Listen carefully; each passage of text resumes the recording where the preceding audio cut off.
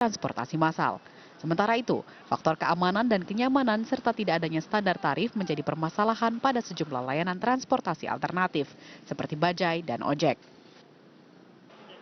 Karenanya keberadaan aplikasi online diyakini bisa menjadi jawaban atas permasalahan tersebut. Ini disampaikan pendiri G-Auto India Nirmal Kumar yang telah memperkenalkan layanan pemesanan online untuk bajai di India. Keberadaan layanan online G-Auto diklaim berhasil menjadi solusi atas masalah keamanan dan juga memberikan kepastian tarif bagi pelanggan. It's very cheaper for the people, at the same time convenient.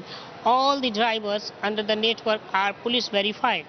So we have a reliable, safer and a smarter mode of transportation. There are 20,000 vehicles enrolled with us and we are operating in 5 cities in India. Sebagaimana di India, di tanah air metode ini juga telah marak berkembang dan mendapat sambutan dari para pengemudi ojek. Bisa sih, emangnya enakan sih online ya, karena kita gampang, yang butuh di mana aja kita bisa dipanggil gitu. Selain menawarkan kemudahan dan kepastian tarif, sistem online ini juga menawarkan keamanan, mengingat adanya database pengemudi yang dikelola perusahaan. Selain itu, pelanggan juga dimudahkan karena bisa melakukan pemesanan dari mana saja. Dari India kita kembali ke Jakarta. Teknologi transportasi merupakan satu dari sedikit sektor di mana lalu lintas di jalan sama pentingnya dengan lalu lintas di dunia maya. Khususnya di Jakarta, satu dari beberapa kota di dunia yang memiliki kondisi kemacetan terparah. Mereka yang berhidung bisnis tajam justru melihat adanya peluang bisnis dari kemacetan Jakarta.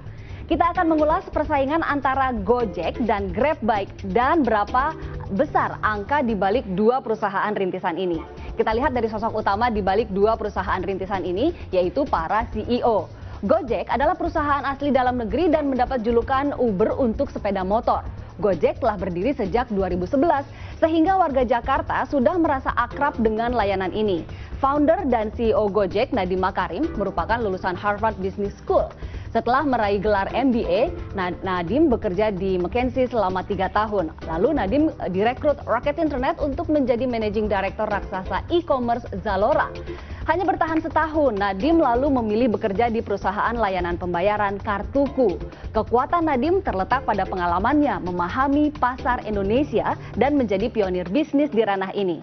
Kelemahannya, meski telah mendapat pendanaan dari NSI Ventures, namun secara angka masih kalah dibanding kompetitornya Grab Taxi.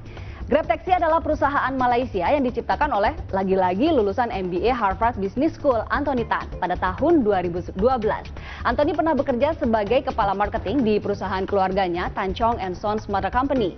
GrabBike adalah anak usaha Grab Taxi yang masuk ke Indonesia pada Juni 2014.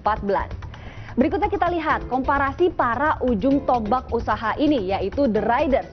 Untuk Gojek sudah memiliki sebanyak 10.000 pengendara, sementara GrabBike masih sedikit, yaitu hanya 1.000 pengendara saja. Lokasinya juga Gojek sudah lebih merambah beberapa kota, ada di Jabodetabek, Bandung, Surabaya, dan Bali, sementara GrabBike masih di sekitar Jakarta.